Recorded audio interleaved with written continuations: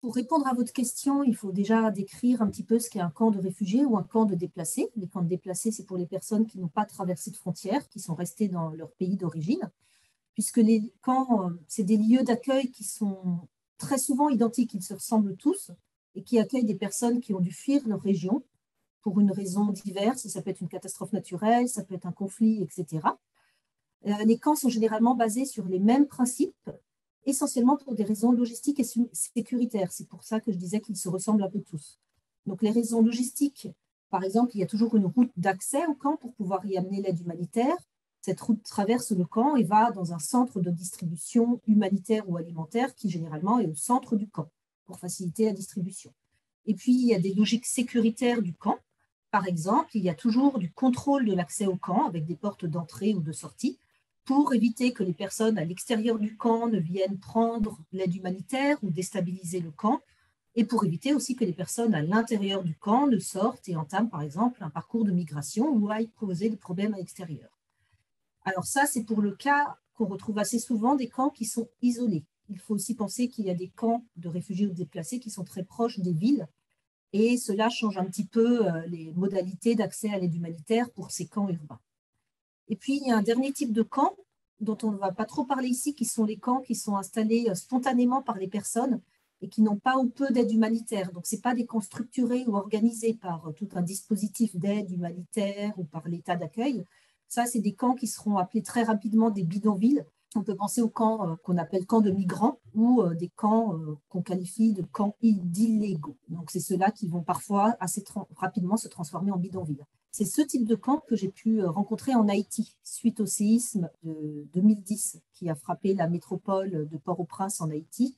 Ces camps donc, illégaux, de migrants, de personnes déplacées qui ne sont pas vraiment structurés par l'aide humanitaire, ils sont situés très généralement au milieu des villes ou juste à côté, c'est-à-dire en zone urbaine, et ils posent beaucoup de problèmes, notamment des problèmes liés à la promiscuité et à l'hygiène. Mais ils ont un petit peu moins de problèmes quant à l'accès à l'alimentation, puisque les personnes peuvent se déplacer très librement et aller en ville, voire continuer leur travail comme elles le faisaient avant la catastrophe qui les a poussés à s'installer dans des camps. Donc, pour répondre plus précisément à votre question, l'aide humanitaire très souvent arrive dans les premiers temps, qui sont les temps d'urgence dans les situations de camp, et elle provient de plusieurs sources. Il y a d'abord l'aide du pays ou de la région d'accueil qui accepte qu'un camp s'installe sur son territoire.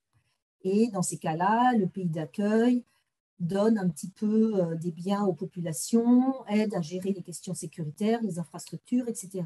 Les gros acteurs sur les situations de camp, c'est tous les organismes de l'ONU, et en particulier le UNHCR, c'est-à-dire l'organisme onusien qui se consacre aux réfugiés. Et c'est souvent le UNHCR qui s'occupe de la coordination des différents organismes d'aide au sein du camp. Et cette coordination, elle est très importante et elle peut parfois être problématique.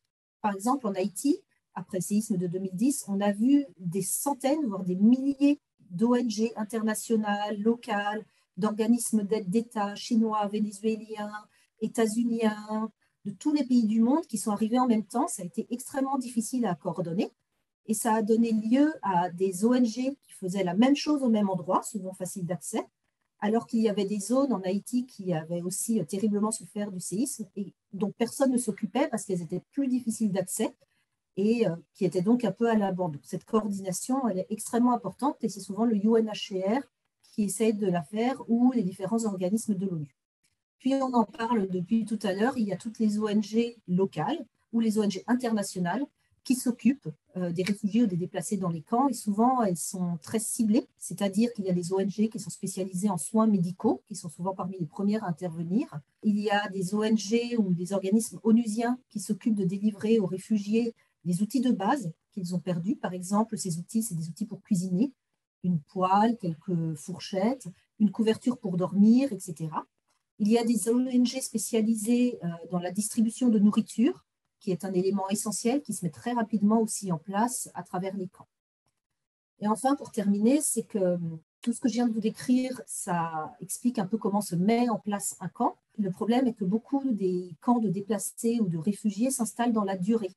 Et c'est un vrai problème, on parle ici de parfois plusieurs décennies. Donc, dans ces cas-là, les ONG doivent continuer d'apporter leur aide, sauf que le cas est moins médiatisé, l'argent diminue, c'est très difficile de mettre en place une aide sur une longue durée dans des situations de camp donc, où les gens ne sont pas censés rester sur place, ils sont censés revenir chez eux une fois la résolution du conflit ou la fin de la catastrophe naturelle. Donc ça pose des problèmes dans le longtemps et c'est un peu ce qui se passe pour les camps de réfugiés sahraouis sur lesquels j'ai travaillé, puisque c'est des camps qui sont installés en Algérie suite au conflit du Sahara occidental depuis 1976. Et ces camps sahraouis sont vraiment installés au milieu du désert, c'est une zone extrêmement aride. C'est vraiment souvent le cas pour des camps de réfugiés ou de déplacés. Ils sont à l'écart puisque personne ne veut vraiment s'occuper de ces personnes-là. C'est des personnes qui sont qualifiées par le chercheur Michel Agier de indésirables ou de surnuméraires, on ne sait pas trop quoi en faire. Donc finalement, le fait qu'ils soient en camp, souvent dans un endroit un peu isolé, ça arrange un peu tout le monde. Mais ils sont gérés dans une sorte d'exception. Ils sont gérés par les humanitaires, par les ONG, sans pouvoir vraiment se déplacer. Ils se retrouvent dans des situations qui, comme pour les camps sahraouis, sont vraiment encampés, puisque depuis 1976, plus d'une génération est née dans ces endroits. Donc, ce camp sahraoui, maintenant, c'est des maisonnettes, ça ressemble un peu à des villes, des maisonnettes de briques qui se sont installées, etc. Mais ils sont toujours dépendants de l'aide humanitaire. Et notamment, cette aide, elle est distribuée sous forme de portions alimentaires qui sont calculées en fonction de critères et de normes minimales que chaque réfugié ou déplacé doit recevoir. Par exemple, au niveau des kilocalories, il a été estimé que chaque réfugié adulte en bonne santé doit recevoir 2100 kilocalories quotidiennes. C'est ce qui est distribué aux Sahraouis depuis donc plusieurs décennies. Et cela pose un problème puisque au bout d'un moment, les gens sont lassés de cette nourriture qu'on leur apporte. Et par exemple, j'ai pu assister à des distributions de 2100 kilocalories quotidiennes uniquement en huile pendant plusieurs jours dans les camps sahraouis. Donc les gens font du troc, les échangent, les revendent, etc. Mais cette situation qui perdure est vraiment problématique. Tout ce que je vous ai présenté, ça démontre que les camps s'installent vraiment très vite et bénéficient d'aide humanitaire de manière différente et évolutive au fil du temps. Mais les besoins alimentaires sont toujours primordiaux. Et que ce soit dans les camps haïtiens assez spontanés ou dans les camps sahraouis qui perdurent depuis des décennies, l'alimentation est vraiment une difficulté du quotidien pour les personnes qui habitent ces espaces. On l'a vu, les personnes qui arrivent dans les camps sont terriblement démunies. Souvent, ces gens ont tout perdu, ils n'ont pas amené avec eux de quoi pouvoir s'alimenter et ils ne peuvent pas travailler, ce travail leur permettant d'acheter de la nourriture. Ils ne le peuvent pas puisqu'ils sont dans des espaces, on l'a dit, exceptionnels, souvent à l'écart, souvent dans des milieux hostiles, etc. Donc, dans les premiers temps de l'arrivée dans les camps, le temps d'urgence, l'aide, elle est absolument nécessaire. Elle se met en place grâce à tout le dispositif d'ONG que je vous ai mentionné précédemment. Les médias, généralement, portent vraiment l'attention sur ce qu'il se passe, surtout s'il y a beaucoup de réfugiés. Il y a souvent des appels de fonds, donc pas mal d'argent pour aider ces personnes. Mais, on l'a dit, le temps passe. Et très rapidement, les gens qui ne peuvent pas travailler ou qui ne peuvent pas s'alimenter par leurs propres moyens deviennent dépendants de cette aide. Donc, cette aide alimentaire, elle est nécessaire, on continue de la distribuer et les personnes peuvent s'en lasser. D'une part, si les 2100 kilocalories quotidiennes qui sont distribuées le sont uniquement dans un aliment pour des raisons logistiques, techniques, etc. Je vous ai rapporté le cas d'huile qui était distribuée pendant 2 semaines de suite. Ce n'est pas ça, heureusement, que les réfugiés peuvent avoir des réserves pour compléter, parce que ce n'est pas ça vraiment qui nourrit les personnes. Ensuite, les réfugiés peuvent avoir des problèmes de goût vis-à-vis de la nourriture qui leur est distribuée, puisqu'effectivement, les aliments distribués dans ces endroits sont des aliments qui sont souvent pas frais et qui sont souvent non périssables. Encore une fois, parce qu'on est dans des lieux généralement chauds, généralement éloignés, il y a des questions logistiques d'approvisionner ces personnes en aliments, etc. Donc, les aliments distribués sont très souvent secs. À titre d'exemple, ce qu'on peut voir dans les camps sahraouis, mais aussi dans tous les autres endroits où je suis allée, c'est vraiment une uniformisation de ce qui est donné, généralement des spaghettis, du riz, de la semoule, de l'huile, j'en ai parlé, parfois du fromage en conserve. Tout ça est très monotone. Et en plus, ça ne correspond pas aux habitudes alimentaires des personnes qui mangent assez peu de viande ou de produits frais. Par exemple, dans les camps sahraouis, c'était aux périodes de mariage. Les gens, en effet, même quand ils s'installent dans la durée, ils ont du mal à élever des animaux, puisque pour avoir des animaux, il faut qu'il y ait de l'espace, il faut prendre soin aux questions d'hygiène, il faut de l'eau et il faut du fourrage. Tout cela est souvent difficile à avoir. Certains réfugiés essayent de mettre en place des petits potagers, mais on se retrouve avec les mêmes problèmes d'accès à l'eau, de milieux arides, de promiscuité, etc.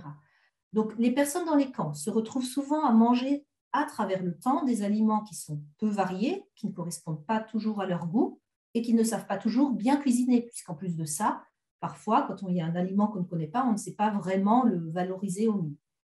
Donc, pour compenser, les organisations humanitaires essaient d'apporter de temps en temps des nouveaux aliments ou des aliments frais, mais encore une fois, c'est compliqué du point de vue logistique, ça coûte cher, et quand les situations de longue durée se pérennisent et qu'elles sont loin du regard international, on abandonne un petit peu les réfugiés à se débrouiller par leurs propres moyens. Tous ces problèmes qui sont liés à l'alimentation dans les camps, ils sont connus d'expérience par les organismes humanitaires et ces ONG cherchent plusieurs solutions pour y remédier.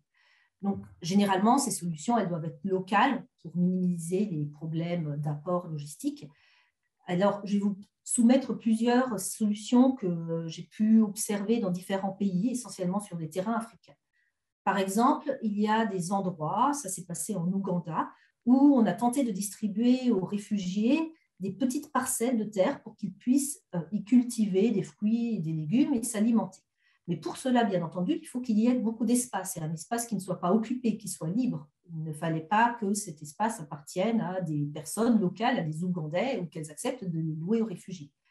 Ensuite, il fallait que ces espaces soient de taille égale, par souci d'équité.